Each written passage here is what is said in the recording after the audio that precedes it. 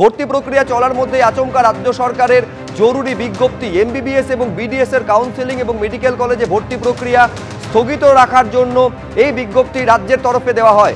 জরুরি নোটিশের নামে হঠাৎ মেডিকেলে কাউন্সেলিং ভর্তি বন্ধ, কোনো কারণ ছাড়াই আচমকা রাজ্য সরকারের এই নোটিশ মেডিকেল ছাত্রছাত্রীদের অন্ধকারের দিকে ঠেলে দিল রাজ্য সরকার। সংরক্ষণের নামে বিশেষ কোনো সম্প্রদায়কে কি সুযোগ পাইয়ে দেওয়ার চেষ্টা হচ্ছে? এই স্থগিতাদেশ নিয়ে রাজ্যকে এই বলে আক্রমণ শানিয়েছেন সুকান্ত মজুমদার।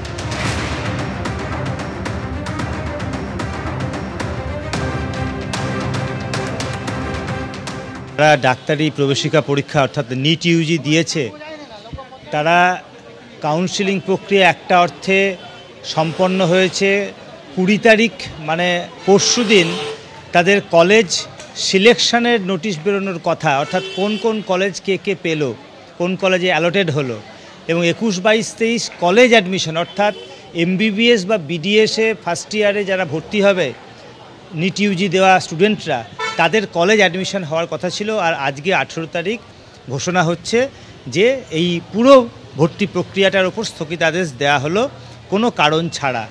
এখন সবচেয়ে আশ্চর্যের বিষয়, আমি ভাবি যে আমরা ডাক্তারি পাস টাস করে গেছি, তাই আজ থেকে 20 বছর আগে যদি এরকম এত অনিশ্চয়তার মধ্যে তো মানুষ রাতে ঘুমোতে পারবে না। শিক্ষা ব্যবস্থাকে ধ্বংস করেছেন মুখ্যমন্ত্রী এবং তার সরকার। তৃণমূল প্রথমে স্কুল শিক্ষাকে, পরে কলেজ শিক্ষাকে ধ্বংস করেছে, এরপরে ইঞ্জিনিয়ারিং এবং মেডিকেল সেক্টরকে ধ্বংস করবার কাজে নেমেছেন। এটা একটা ধর্মীয় জিহাদ। বাংলাদেশের মতো ভারতবর্ষটা ইসলামিক রিপাবলিক নয়, এটা ধর্মনিরপেক্ষ দেশ। বাংলাদেশে যে সুবিধা মুসলমানরা পান, পশ্চিমবঙ্গে সেটা পাবেন না। কিন্তু মুখ্যমন্ত্রী আজকে শুধুমাত্র জেনারেল কোটা থেকে 10% কেটে নিয়ে, যে হিন্দুদের অধিকার কেড়ে নিয়ে, আজকে তিনি ওবিসির মধ্যে দিয়ে মুসলমানদের পাইয়ে দিতে চাইছেন পিছনের দরজা দিয়ে। এটা সম্ভব নয়, এটা হতে পারে না। আর তার এই শিক্ষা জিহাদের কারণে বঞ্চিত হচ্ছে ছাত্রছাত্রীরা। পরীক্ষার ফল প্রকাশের পর এমবিবিএস এবং বিডিএস এ ভর্তিতেও জটিলতা তৈরি হয়েছে। অনির্দিষ্টকালের জন্য কাউন্সেলিং এবং ভর্তি প্রক্রিয়া স্থগিত জানিয়েছে স্বাস্থ্য দফতর। স্বাস্থ্য ভবনে স্মারকলিপি পেশ ডিএসওর।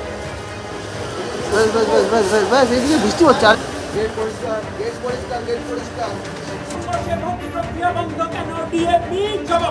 জবাব চাই, জবাব দাও, জবাব দাও, জবাব চাই, জবাব দাও। এই জবাব চাইতে এআইডিএস লড়ছে, লড়ছে, লড়বে।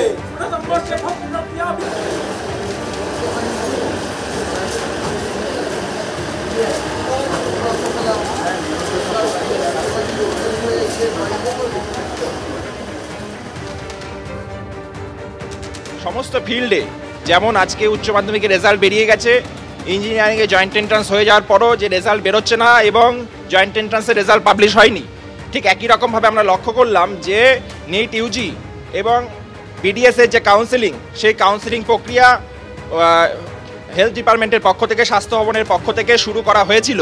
কিন্তু শুরু করার পর আমরা দেখলাম বারংবার সেখানে নোটিফিকেশন চেঞ্জ, অ্যাডমিশনের ডেট চেঞ্জ, ভেরিফিকেশনের ডেট চেঞ্জ করে একটা হয়রানির সৃষ্টি করা হচ্ছে ছাত্রদেরকে।